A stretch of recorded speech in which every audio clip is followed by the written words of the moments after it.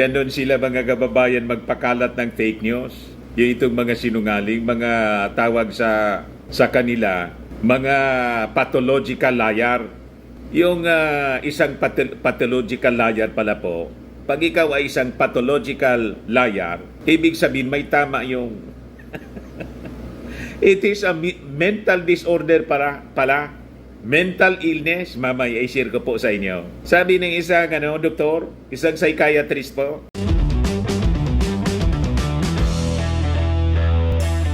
Ito naman po yung bago naming product na binibenta online. Eye Glow Serum, whitening po siya. Tingnan ninyo yung epekto sa aking anak na architect before and now. Yung mga inquiries po ninyo, dumiretso na lang kayo sa kanyang Facebook account, Riz Maravillas. Paya lahat mga kababayan, yung mga fake news peddlers. Si Marlica, si Jason Sa, si Glenn Chong, basag na basag po sa pagpapakalat na yung ating Pangulong Bongbong Marcos at si Lisa Marcos itinakbo sa ospital kasi sinakal ni Mrs. Lisa Marcos daw yung ating Pangulo kasi hinampas. Hinampas ng ating Pangulo si Lisa Marcos. Kung ano-anong pagmarites mga kababayan at pagpapakalat ng kasinungalingan, yung ginagawa ng mga vloggers po ni Inday. Ngayon, sunog na sunog sila kasi biglang lumabas yung ating Pangulong Bongbong Marcos. Nagmensahe po siya kasi nahuli na po si Alice Goo. And afterwards, nagpa-interview sa mainstream media. O ito po yung ating Pangulong Bongbong Marcos. Ito naman yung interview ng mainstream media. Ayan po, sabi ng ating Pangulo, "Do I look sick?" Durog na durog po yung kasinungalingan ng mga fake news peddlers, mga vloggers po ni Inday. Tulad ng kanilang patron po, nag-self-destruct. Yan kasi mga sinungaling. And after the interview po, lumipad yung ating Pangulo para mag-aerial inspection. Ayan po, mga kababayan. Ngayon, pakinggan natin muna yung mensahe ng ating Pangulong Bongbong. Ito yung pinost niya sa kanyang page, mga kababayan. Ayan po, 4 hours ago, Bongbong Marcos. Pakinggan natin. Minamahal kong kababayan, on or about 1 o'clock a.m. 4 September, Alice Goo, also known as Goo Huaping, was arrested in Tangerang City, Jakarta, Indonesia. I congratulate all law enforcement personnel who made this apprehension possible. The public may not know the intricate details of this mission that you have successfully accomplished, but on their behalf, accept my thanks. The Philippines also thanks the Indonesian government for their assistance on this matter. The close cooperation between our two governments has made this arrest possible. Let this serve as a warning to those who attempt to evade justice. Such is an exercise in futility. The arm of the law is long, and it will reach you. This government continues in its duty to apply the rule of law. Ms. Go shall be entitled to all legal protections due her under the laws of the land and pursuant to our commitment to the rule of law. But we will not allow this to prolong the resolution of the case, whose outcome will be a victory for the Filipino people. Thank you and good day. So, nag-warning pa yung ating Pangulo. Malinaw yung kanyang warning po ay patama kay Pacquiao. Kasi, until today, pinagana pa si Pacquiao. Naglungga na yata, mga kababayan, sa kanyang bunker. Inuhukay na ng mga pulis. Baka niya, Mr. Maravillas, doon na sa kalalim-laliman si Pacquiao. Yung pinakailalim po ng lupa, impyerno na yun. Ano ba yung impyerno? Yung location po, nasa ilalim ng mundo. Nag-underground si Pacquiao. Kaya malabo po yung sinabi ni Inday, kung nasaan si Pacquiao, nasa langit. Naglungga po sa ilalim. Baka nandun na sa kanyang ama, the God of this world. Hindi man po the God of Heaven. I-search na lang po ninyo kung ano ang ibig sabihin sa Bible ng the God of this world. Masasya kayo pag nalaman ninyo kung sino siya. Yan yung warning ng ating Pangulo. Let this serve as a warning to those who attempt to evade justice. Such is an exercise in futility. The arm of the law is long and it will reach you. This government continue in its duty to apply the rule of law. Malinaw po na patama kay Pacquiao, mga kababayan. Ngayon, sa nagpapakalat ng mga fake news na yung ating Pangulong Bongbong Marcos, sinakal ni Lisa Marcos. At si Lisa, hinampas ng cellphone. Yan ang pinapakalat ni na Marlica po. Saka ni Jason sa. Yan ang pinapakalat nila sa social media. Agaw buhay na daw si Bangag. Sinakal ng babae, nakita ng security na itakbo sa ospital, confined sa Calatagan, Batangas. Bangag, agaw buhay na daw. Code blue, kumalat, isinugo daw si Bangag sa ospital sa Batangas. Ganon sila mga kababayan magpakalat ng fake news. Yung itong mga sinungaling, mga tawag sa kanila, mga pathological liar. Yung isang pathological liar pala po, pag ikaw ay isang pathological liar, ibig sabihin may tama yung it is a mental disorder pala. Mental illness, mamay, i-share ko po sa inyo. Sabi ng isang doktor, isang psychiatrist po. Ito si Maharlika, yung pinapakalat niya na sabi, sinakal ni Lisa Marcos, yung ating Pangulo. Pakinggan natin yung kanyang sinasabi po. Code blue na. Kasi nagjumbagan sila ni Lisa Tanas dahil ayon sa Jahas, ay sabog na sabog, bangag na bangag, silang dalawa pareho sa pulburon. So ito, inaano ko lang ito yung information na binabasa ko actually. So, nagkasakitan at may injury si Liza Tanas sa ulo.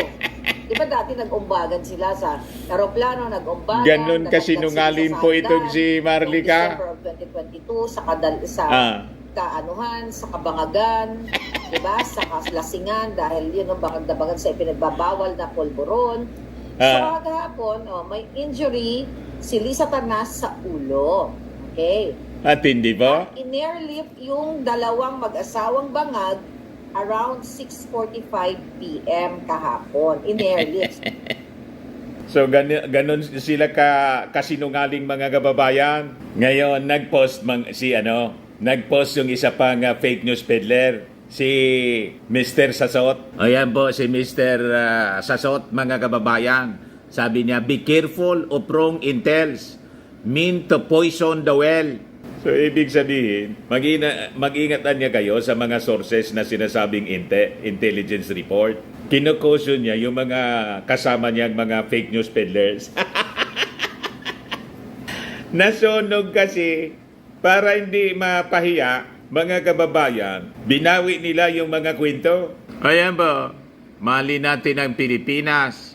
Sabi ni Jason sa Medivac update, buhay pa siya. Opo, siya nga po, pero pupungas-pungas na lang. Barahil binigyan siya ng time na makapagsisi. Wala na po, sirang-sira na po kayo. Kasi nga, mga sinungaling kayo. Sunado na, sabi nga dito sa Bicol. Kilala na. Basag-basa na yung papel ninyo. Binawi ni Jason sa yung kanyang mga pinagsasabi, pinag-post sa kanyang page. After mga kababayan na mag-post tayo kasi yung Palasyo Malacanang mga kababayan nag-message sa akin. Ito yung message sa akin po. Sa kinakalat na may sakit si PBBM, walang sakit si PBBM. It is a PSG drill. No emergencies sa palas, medical or otherwise. First family is super okay. We even told this to PBBM at tinawanan niya lang. Sorry, fake news. Fake news daw. Pinagtawanan lang ng ating Pangulong Bongbong Marcos kasi siyempre yung mga nagpakalat, nakaabot po sa mga taga-palasyo. Kaya nga yung mga taga-media, tinanong po kanina, sabi ng ating Pangulo, do I look sick? O ngayon, dahil napahiya sila, nang lumabas bigla yung ating Pangulong Bongbong Marcos, may panibagong paduda na naman sila. Ayan po, yung mahalin natin ang Pilipinas, page na sumusuporta kay Inday, at the RTVM live today. Maginaw ba, BBM? Naka-jacket pero pinagpapawisan?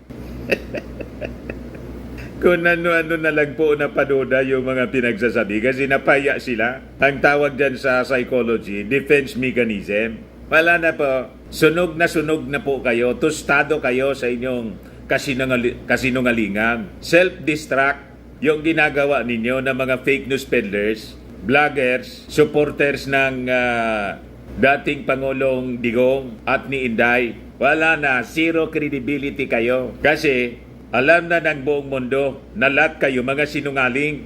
Kaya nga, magkakasama kayo. At sabi ng mga nag-react, halatang may sakit siya. Sabi ng isa, kulang follow-up. Sabi ng political bodol jakero, maaring humihinga ka ngayong araw. Bukas makalawa, humihingalo ka na. Ayaw paawat po. Talagang galit na galit sila. Napahiya kasi ng todo. Kasi ang ating Pangulong Bongbong Marcos na gusto nilang mamatay. Malakas pa po sa kalabaw. Ito po, pakinggan natin yung interview ng mainstream media kanina. Alice ko, ano po marching orders ko? Sino-sino po yung matitibak, sir, sa PI? They don't require marching orders. They're doing they're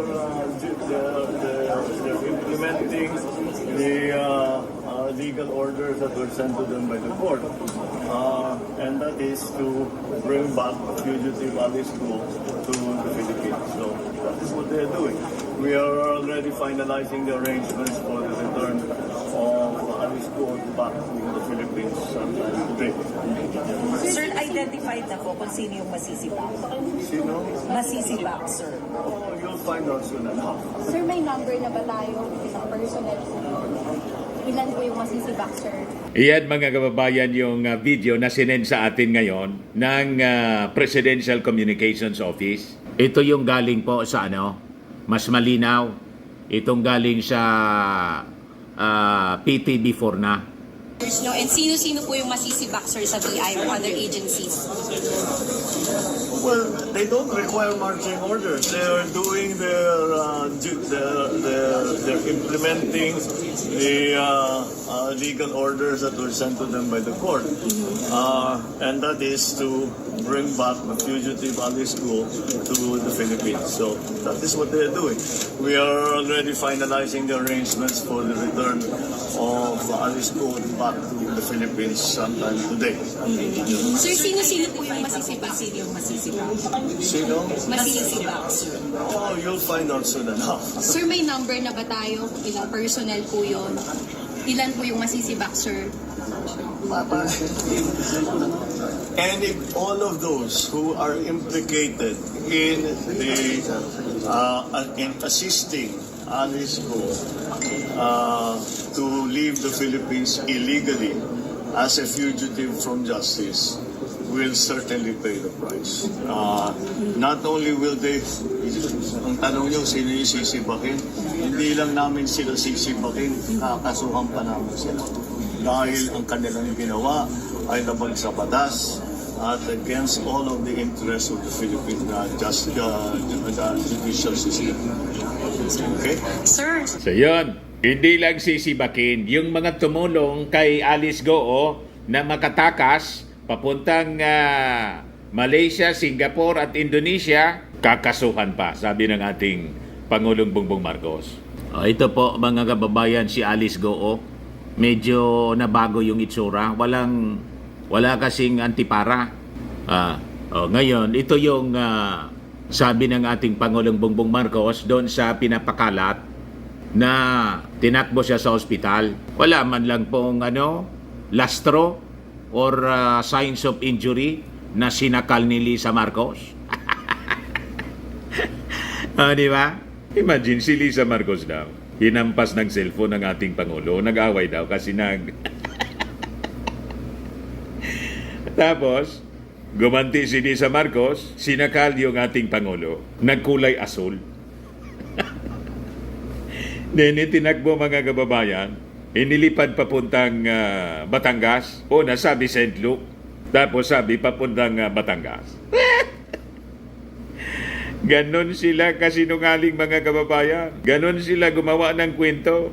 Sabi ng ating Pangulo, do I look sick? Pakinggan natin.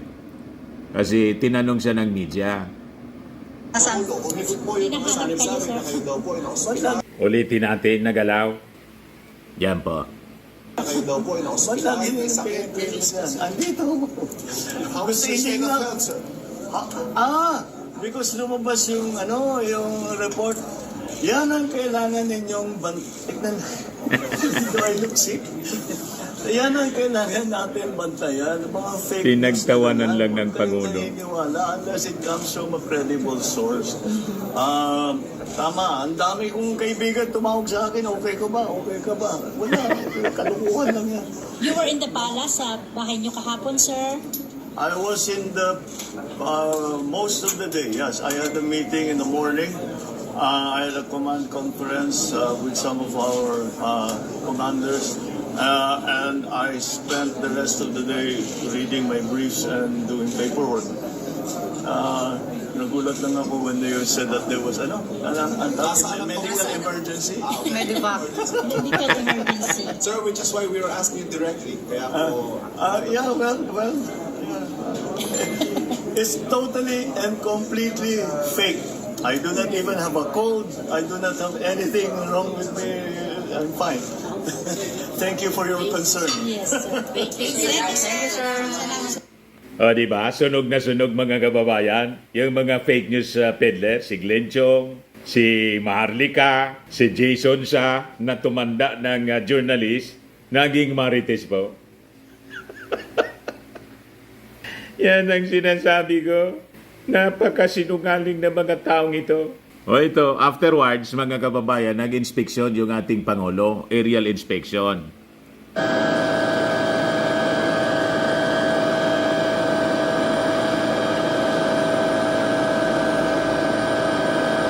Maulan. Ayan po. Ayan ang ating Pangulo. You see? Malakas pa sa kalabaw. Kaya huwag kayong nakikinig po dito sa mga siraulong to. Bakit natin na sinabing mga siraulo? May mga tama yung ulo. Iyan po ang ang description. Pag ikaw ay isang sinungaling, pathological liar, sabi ng isang psychiatrist, it is a mental disorder. Mental illness pala siya. Sakit sa utak. So itong mga pinapaniwalaan ninyo, pinapanood ninyo na mga vloggers po ng nausog, may mga tupak. Pare-pareha sila. Kaya nga sila magkakasundo, mga kababayan. Kasi lahat sila may tupak. Lahat sila sinungaling eh. Dapat sa kanila magpatingin sa mental. Yan po. Sabi ni Dr. Natalie Walker, isang psychiatrist po siya, neurologist sa University of Wisconsin, School of Medicine in Public Health. Pathological lying. In this disorder, someone does eventually end up believing their own lies because they are so invested in the lie that there is no way to back out without serious consequences. Kaya itong mga sinungaling na to, imbes na humingi ng public apology sa normal na tao po na hindi pathological liar, halimbawa kami, mga normal yung pag-iisip namin, ako pag nagkakamali ako ng mga pananalita, data, o kung ano man sa aking discussion po, kinokorek ko agad. Once na na-realize ko na mali yung data, mali yung sinabi ko, naglalagay ako ng ng erratum or correction. sinasabi natin na yung aking sinabi, mali. Ito yung tama. So, ganun dapat ang isang journalist. Responsible journalist, ngayon po, vlogger. Yung mga taong ito, hindi. Pinagtatakpan pa yung kanilang mga kamalian. Pinanindigan yung kanilang kasinungalingan. Pag ang kasinungalingan mo, pinanindigan mo, ang ibig sabihin niyan, isa kang pathological liar, which is a mental disorder. Sabi ng isang psychiatrist po, sabi dyan, lying can be a symptom of some mental health conditions according to a 2021 review, including borderline personality disorder and antisocial personality disorder. Nakita ninyo ito sa mga Duterte, kay Digong, saka kay Inday. Yun ang manifestasyon nila sa kanilang personality. And in fact, ang bilis nilang magbago ng statement. Yung sinabi ngayon, bukas iba na po. Baliktad na lahat.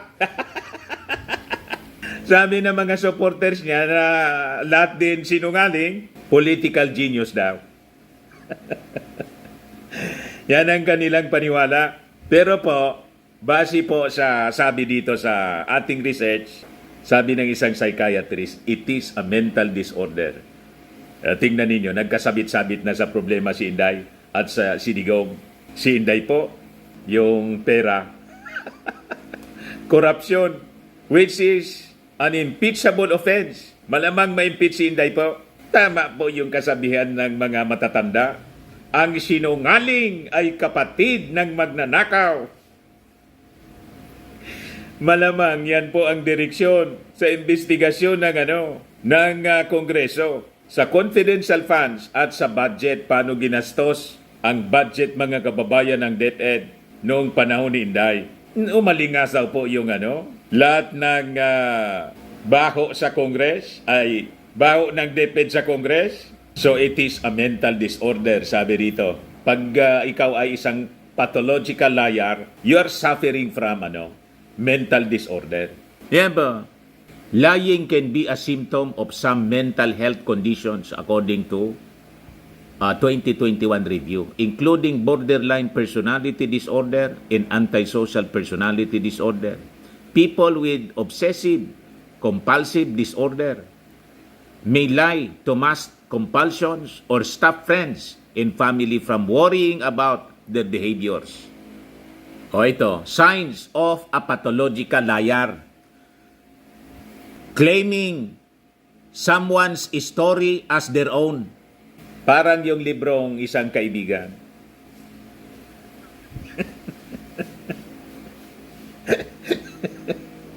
Na ang sabi, kinopya man lang niya doon sa isang libro ng yung Oli.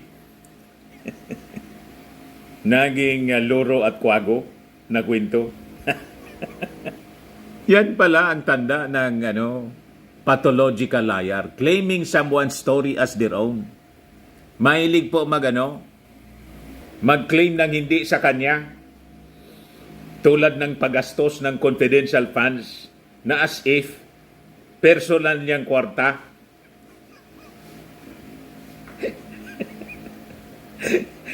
Kinastigo po ni Congressman Valeriano ng Maynila. Ano pa daw ang tanda ng pathological liar? Appearing indifferent when caught lying. So pag nabuking ng kanyang pagsisinungaling, napipikon siya, huli Parang yung tinatanong lang kung paano ginasto, tantrum sagad. Imbis magpaliwanag mga kababayan, nagbasa na lang ng salmo.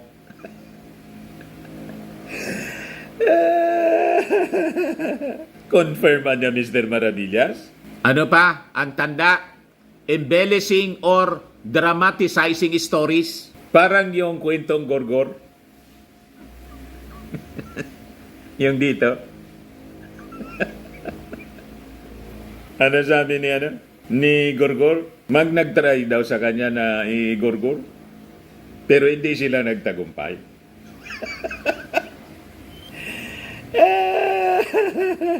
Ano pa? Behaving against their own words.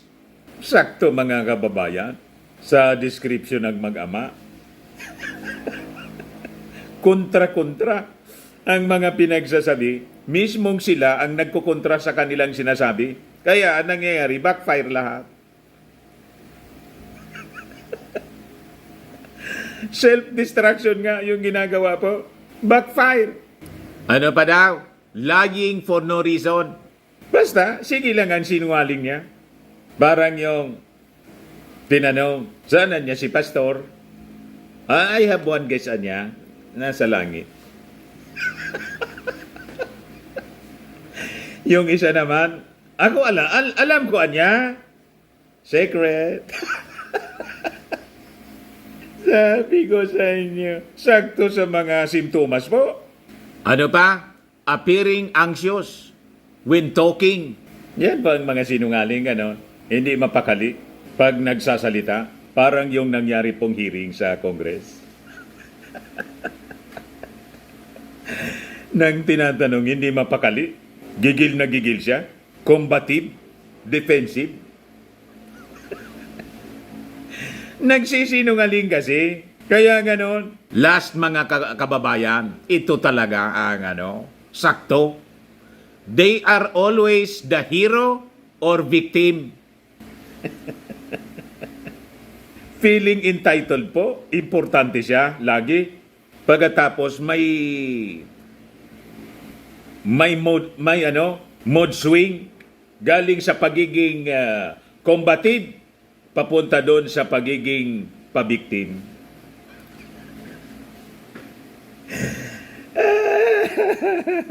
Yan pala po, hindi ako may gawa nito ha. Doktor ang may gawa nito. Psychiatrist, pinag-aralan po. Nagbabasa lang ako, research ito po. Yan o, may sabi pa nga dito, choosing therapy. Kailangan talaga po magpa-doktor, psychiatrist. Yan po ang mga signs of a pathological liar. Kaya brotherly advice po, magpa-check up. May tama. Hindi simple yung tama. Maraming tama. Ano daw ang ibig sabihin ng pathological liar? O, ito po yung definition niya. Pag sinabing pathological po, extreme in a way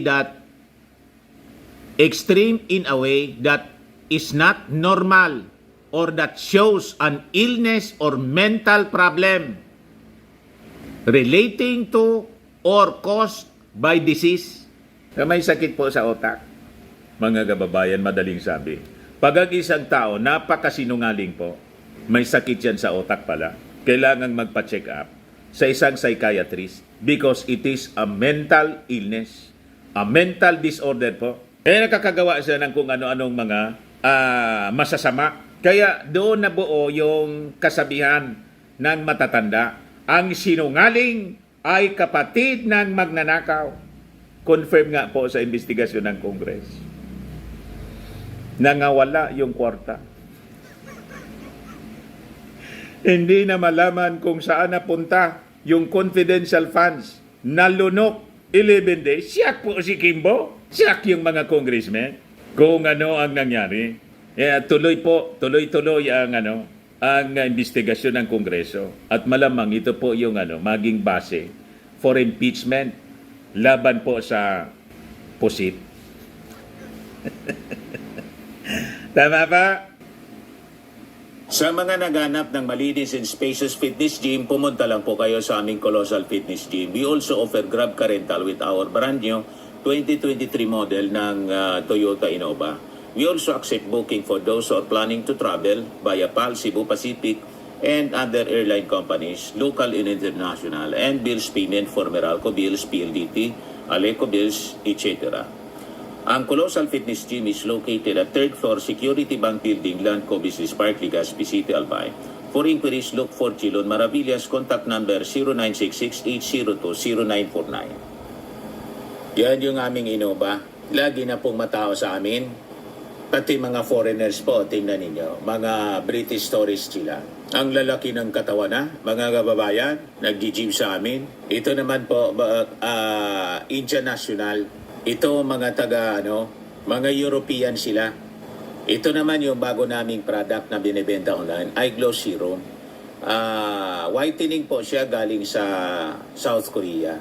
Tingnan ninyo yung epekto sa aking anak na architect entrepreneur, Riz Maravillas. For inquiries, look for Riz Maravillas on FB.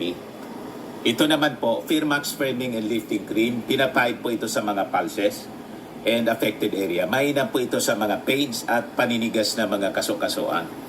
Ito po, Automax Radiant Serum. Sa mukha naman yung application. Anti-aging po siya. You will look 10 years younger than your age. Sa mga cancer patients naman po, baka lang gusto ninyo itong itry. Nengxia Red Mixed Fruit Drink. Hindi man po siya gamot, food supplement siya. Kaya lang, gawa siya mga kababayan sa goji berry. Yung goji berry may anti-cancer properties. Yung mga inquiries ninyo, dumiritso na lang kayo sa aming messenger sa Facebook para masagot namin agad. Ayos po. Ako po si Dante Maravillas. Bye-bye. God bless.